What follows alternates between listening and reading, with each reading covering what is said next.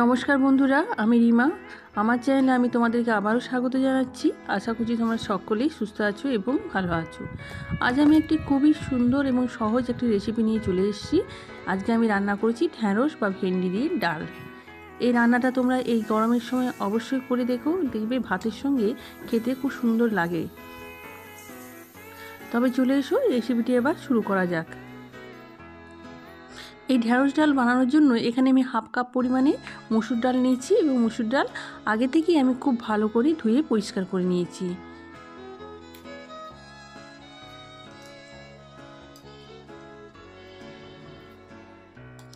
আর নিয়েছি ভেন্ডি, মোটামুটি 10-12টার মতো ভেন্ডি আমি এখানে নিয়েছি এবং ভেন্ডি হাফ হাফ করে কেটে নিয়েছি। এবার চলে যাচ্ছি গ্যাস ওভেনে কড়াই বসিয়ে দিয়েছি।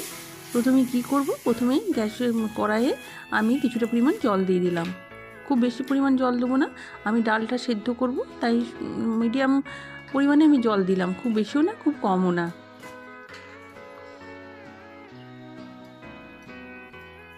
এবার ধুয়ে রাখা ডাল এই জলের মধ্যে আমি দিয়ে দিলাম।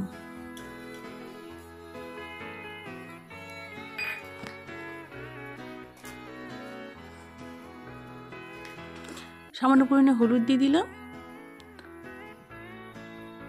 আর দিয়ে দিলাম সামান্য পরিমাণে লবণ। এবার ডালটাকে সেদ্ধ করে নিতে হবে। সেদ্ধ করার সময় অবশ্যই খেয়াল রাখতে হবে ডাল যেন পুরোপুরি সেদ্ধ না হয়। ডালটা ফুটে উঠলে ডালের যে ফেনা উঠেছে সেই ফেনাটাকে এইভাবে ফেলে দিতে হবে।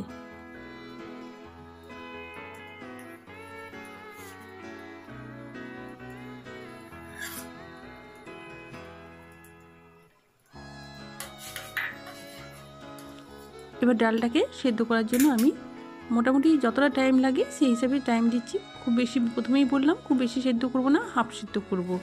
দেখে নাও ডালটা হাফ সেদ্ধ হয়ে গেছে।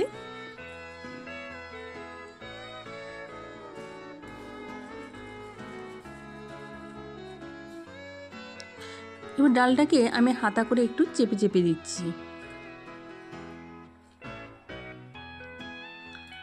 এখন আমি ডালটা একটি পাত্রের মধ্যে ঢেলে রেখে দেব।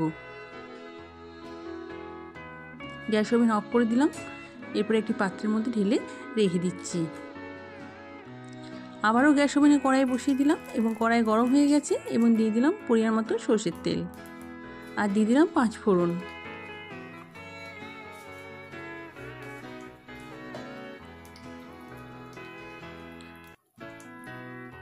আর দিয়ে দিচ্ছি একটা শুকনো লঙ্কা 3 টুকরো করে এর মধ্যে দিয়ে দিলাম। ফোড়ন থেকে একটা সুন্দর গন্ধ ভেসে আসছে। এরপর আমি এর মধ্যে দিয়ে দেবো কেটে রাখা ভেন্ডি বা ঢ্যাঁড়স।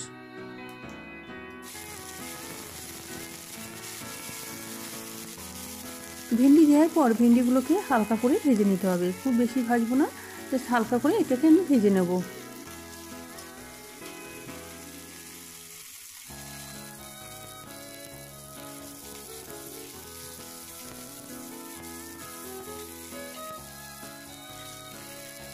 এরপর এর মধ্যে দিয়ে দিচ্ছি আমি পেঁয়াজ কুচি।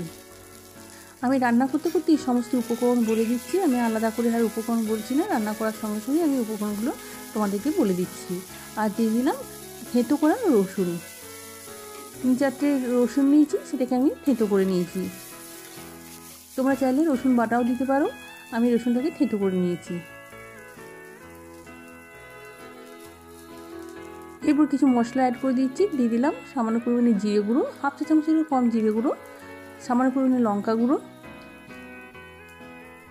আর দিয়ে দিচ্ছি পরিমাণ মতন হলুদ আর দিয়ে দিচ্ছি লবণ।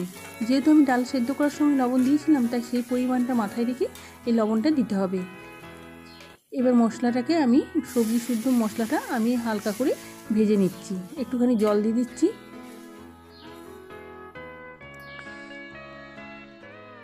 এবার জলটা শুকনো পর্যন্ত আমি ভেন্ডিটাকে রান্না করে নেব।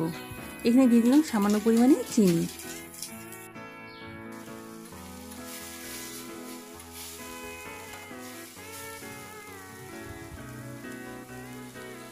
দেখে নাও জলটা পুরোপুরি শুকিয়ে গেছে। এরপর মশলার সঙ্গে ভেন্ডিটা আমি একটু হালকা করে আবারও ভেজে নিচ্ছি।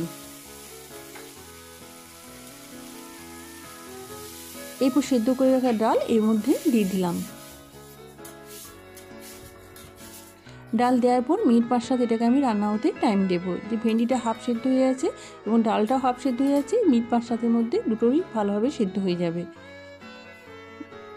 ওপর থেকে কয়েকটা কাঁচা লঙ্কা দিয়ে দিলাম। বন্ধুরা, আজকের রেসিপি যদি তোমাদের ভালো লেগে থাকে অবশ্যই একটি লাইক করে দিও, আর পারলে সকলের মধ্যে শেয়ার করে দিও, আর আমার চ্যানেলটিকে সাবস্ক্রাইব করে আমার চ্যানেলের পাশে থাকার জন্য আমি অনুরোধ জানালাম। তোমরা অবশ্যই আবার বাড়িতে রেসিপিটি বানিয়ে দেখতে পারো, খেতে খুবই সুন্দর লাগে। এই গরমে তোমরা এরকমভাবে বাড়ির সবাইকেই খাওয়াতে পারো। তাহলে তৈরি হয়ে গেল ঢ্যাঁড়স বা ভেন্ডির ডাল।